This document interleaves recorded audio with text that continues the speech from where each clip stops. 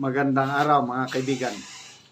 Pag-usapan natin ngayon itong magandang article sa Daily Tribune, published January 1, 2025, written by Perseus Ichiminada.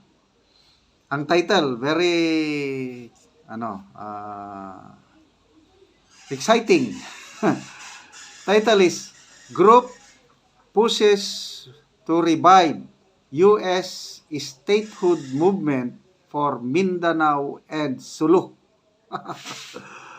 Allah, hihiwalay ang Mindanao and Sulu. Hindi lang basta hihiwalay sa Pilipinas, gusto pang magpasakop, maging protectorate ng US. Okay, so medyo exciting ito.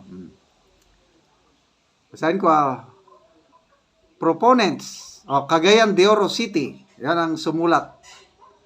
Proponents of the defunct Movement for the Independence of Mindanao, or MIM, are seeking for the help of U.S. Congress to restore the status of Mindanao and Sulu as protectorate of the United States.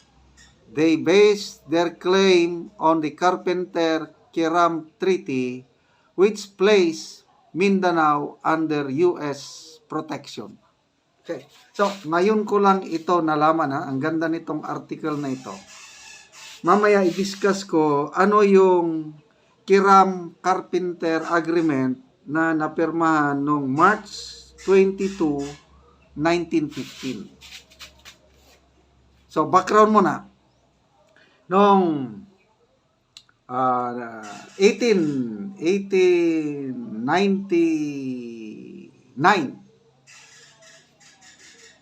ang US at ang Spain nagpirmahan ng tinatawag na Treaty of Paris. Sa Treaty of Paris na ito, nagkasundo ang Spain na unang nag-colonize sa Pilipinas. Ang Pilipinas mapunta na lang sa US, maging colony ng US, basta magbayad ng US ng nakalimutan ko kung ilang $1 million. Basta 10 million, basta nagbayad ang US sa Spain, okay na. Ang Philippine territory under na ng US, kaya lang lumaban ang mga Pilipino.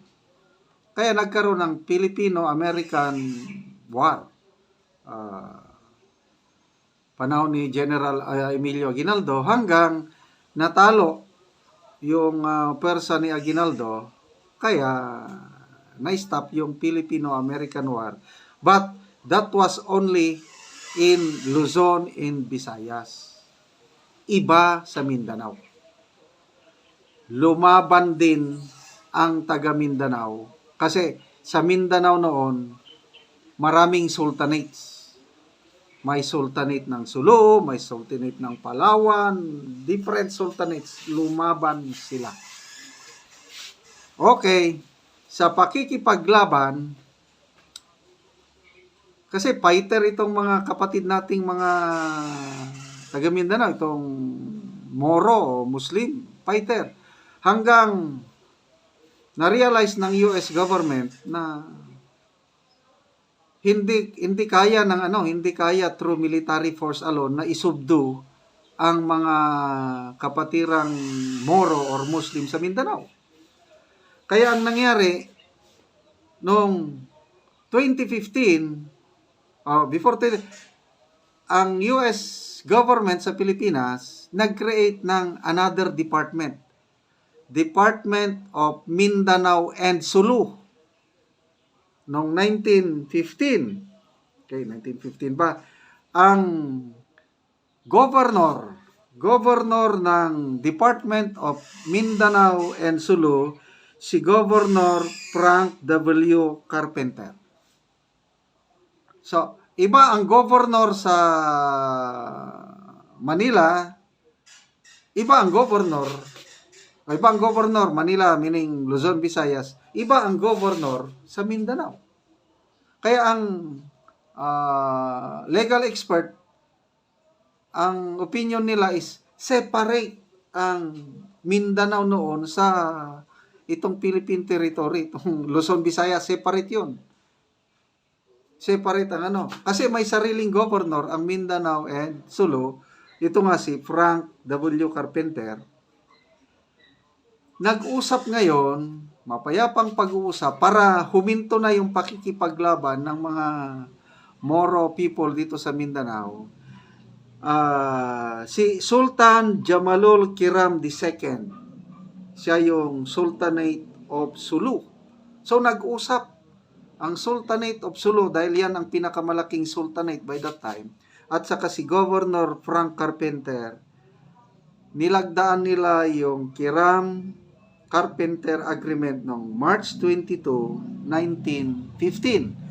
Ano ang nakapaloob sa Kiram Carpenter Agreement? Number 1, the U.S. government recognized the Sultan of Sulu's authority in matters related to his ecclesiastical power.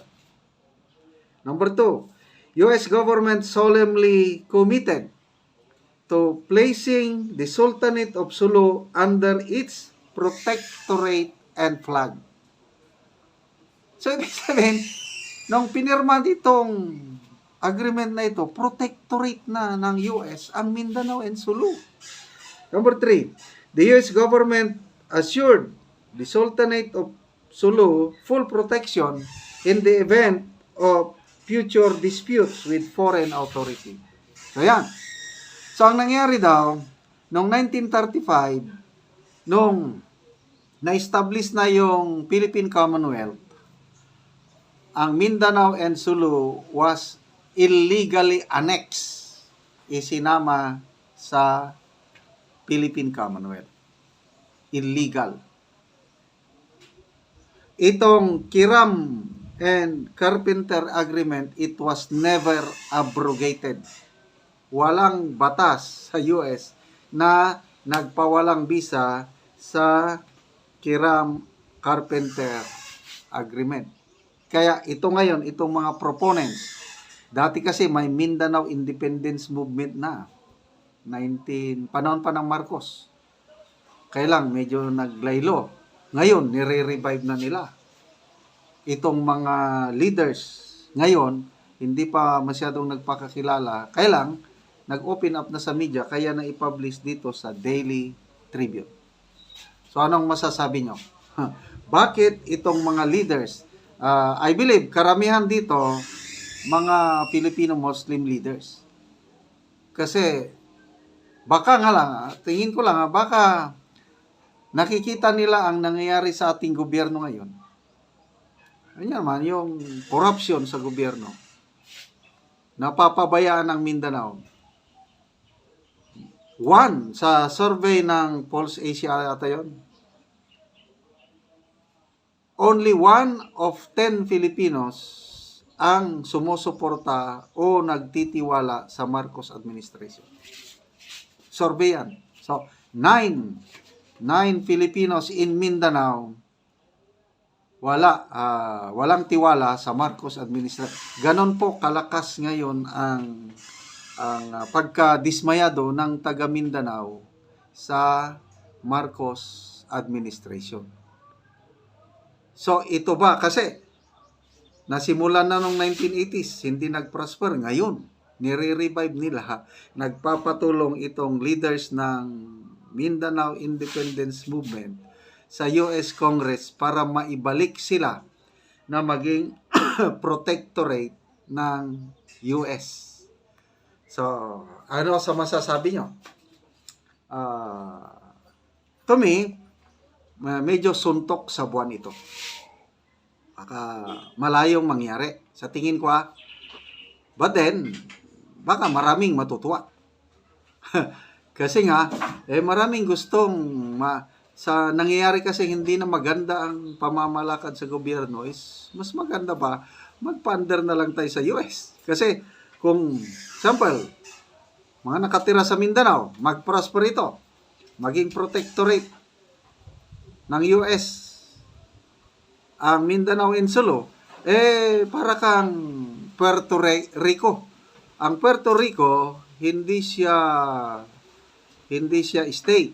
Okay? I think Guam, hindi rin siya state. Protectorate lang. Kaya lang, wala na. Hindi mo na kailangan ng US visa. In and out ka anytime. Pasok, labas ka sa Amerika. Basta yung lugar mo, protectorate ng US. So, yan siguro nakikita. Tingnan natin. Anong mangyari? I-comment nyo. Payag ba kayo ng Mindanao and Sulu maging protectorate ng US at aalis na lang dito sa Philippine? So, good luck sa mga leaders ng Mindanao Independence Movement.